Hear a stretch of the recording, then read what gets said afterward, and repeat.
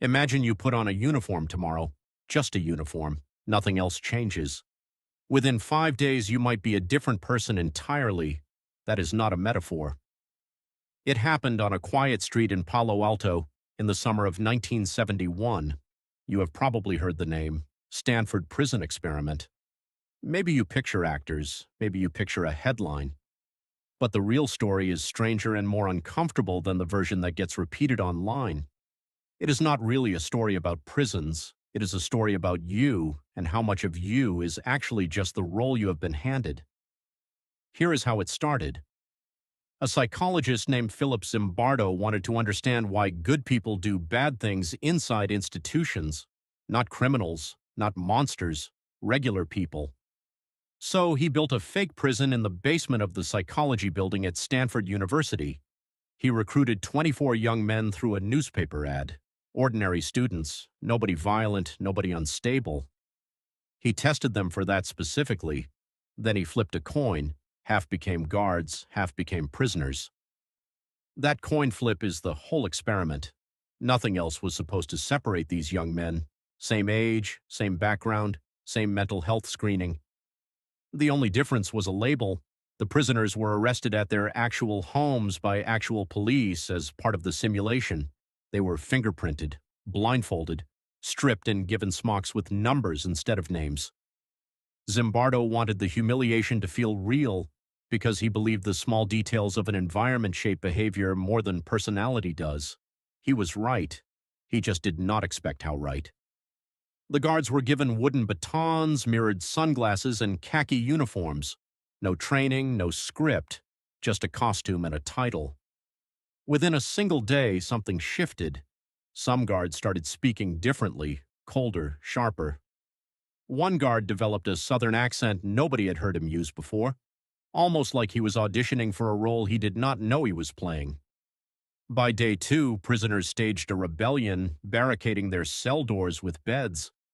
The guards did not report it to Zimbardo and wait for instructions. They escalated on their own. They stripped prisoners naked. They took away mattresses. They forced them to do push-ups. They started running punishment counts in the middle of the night for no functional reason at all, just to remind the prisoners who held the power. This was supposed to run for 2 weeks. Zimbardo shut it down after 6 days.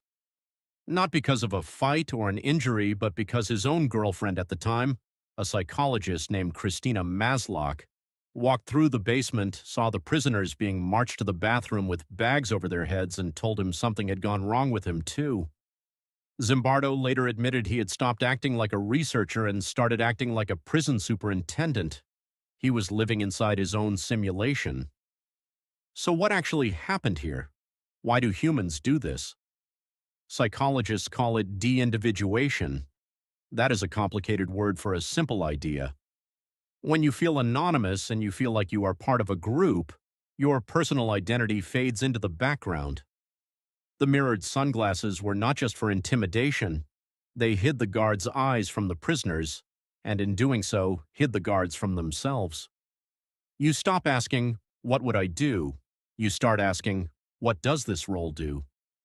Zimbardo worked with a researcher named Craig Haney to formalize this into what they called the situationist perspective. Their argument was blunt. Environment beats character. Give someone a costume, a title, an us versus them structure, and permission from an authority figure, and most people will drift into whatever behavior that role rewards. Not because they are secretly cruel, because humans are built to adapt to context faster than they realize. Think about your own life for a second. Have you ever noticed you speak differently at work than you do with old friends? Have you ever caught yourself being harsher online behind a username than you would ever be in person? That is the same mechanism, just turned down to a much lower volume. The uniform does not have to be khaki and a baton. It can be an anonymous comment section. It can be a job title.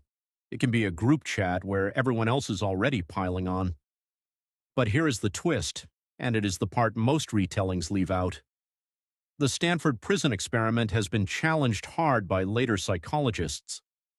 Decades later, 2 researchers named Alexander Haslam and Steve Riker ran their own version called the BBC Prison Study, with the actual BBC filming it.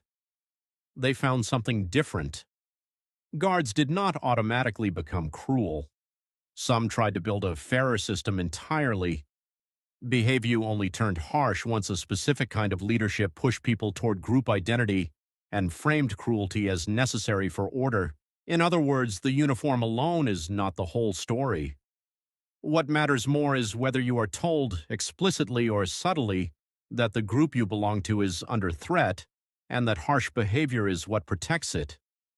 Zimbardo's guards were not just wearing sunglasses, they were told, without being told directly, that maintaining control was the entire point of their existence for 6 days. Give people that belief, and the costume becomes a weapon. Take that belief away, and the same costume becomes nothing. This matters far beyond a basement in 1971.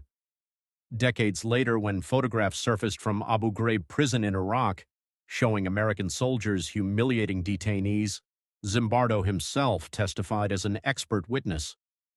He argued the guards there were not unusually evil people. They were ordinary people placed into a system with almost no oversight, unclear rules, and a quiet institutional message that abuse would not be punished. Different decade, different continent, same mechanism. So why does this stick with you when you watch it play out today? Because you have felt a small version of it. You have been in a group chat that turned mean and gone along with it, just a little, just to stay part of the group. You have followed a rule at a job that felt wrong because everyone else was following it too, and questioning it felt like more trouble than it was worth. You were not a bad person in that moment. You were a person responding to a role the same way those 24 students did. The uncomfortable truth Zimbardo uncovered is not that some people are secretly monsters.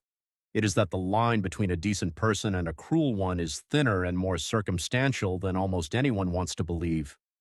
Give the wrong situation enough time, enough anonymity, and enough permission, and that line can move in almost anyone. Given the right situation, with accountability and pushback leadership, and the exact same person stays decent. Which means the real question was never, are you a good person? It was always, what room are you standing in, and who convinced you what your role in it requires? Tomorrow you will probably put on some version of a uniform again. A work badge, a screen name, a seat in a meeting where everyone nods along. Notice it. Notice the role being handed to you before you put it on.